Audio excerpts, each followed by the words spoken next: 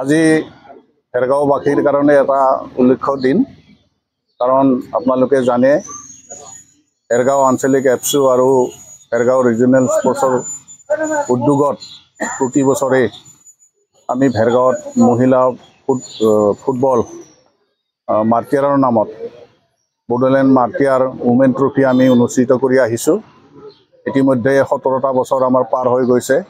এইবাৰ আমি 18তম যিটো কাৰ্যসূচী সেইটো সমাপন কৰিবলৈ আজি আমি এটি স্থায়ী কাৰ্যালয় উদ্বোধন কৰিলোঁ। আমাৰ উদ্দেশ্য আপোনালোকে জানে, এই অঞ্চলৰ ক্ৰীড়াৰ ক্ষেত্ৰত যুৱক যুৱতীসকল যথেষ্ট আগবাঢ়িছে। অকল ল'ৰাই নহয়, ছোৱালীও। আজি ছোৱালীৰ অৰ্পণা নাৰ্জাৰী ভাৰতীয় টীমৰ হৈ ফুটবল খেলি আছে। তেনেকৈ আৰ্চাৰীত আমাৰ মহিলাই প্ৰতিযোগিতা অংশগ্ৰহণ, নেশ্যনেল খেলাবিলাকত অংশগ্ৰহণ কৰি আছে।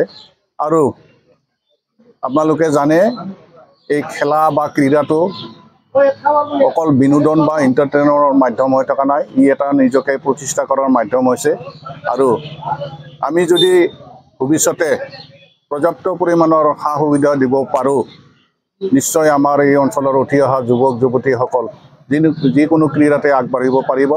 আৰু সেই উদ্দেশ্য ৰাখিয়েই আমি আজি 17 বছৰ আগতে এই মহিলাখিনিক বা ছোৱালীখিনিক ক্ৰীড়াৰ ক্ষেত্ৰত আগবঢ়াই নিবলৈ আমি এই মহিলা প্ৰতিযোগিতা আৰম্ভ কৰিছিলোঁ। এইবাৰ আমাৰ 18তম বড়োলেণ্ড মাৰ্টিয়াৰ উমেন ট্ৰফি আৰম্ভ হ'ব। আমাৰ ইয়াত যথেষ্ট সংখ্যক দলে অংশগ্ৰহণ কৰিব।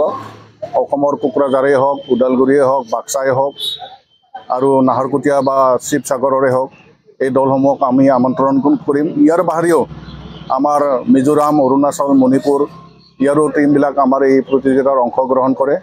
আমি অহা 1 ছেপ্টেম্বৰৰ পৰা আৰম্ভ কৰিম খেলখন। গতিকে আপোনালোকৰ সহায় সহযোগ কামনা কৰিছোঁ। ধন্যবাদ। এটা বিশেষ অনুৰোধ থাকিল সদৌ ৰাইজলৈ, জাতি ধৰ্ম নিৰ্বিশেষে সকলো ৰাইজে যাতে এই প্ৰতিযোগিতাখনত অংশগ্ৰহণ কৰে, সহায় সহযোগ আগবঢ়ায়, তাৰে অনুৰোধ জনাইছোঁ। ধন্যবাদ।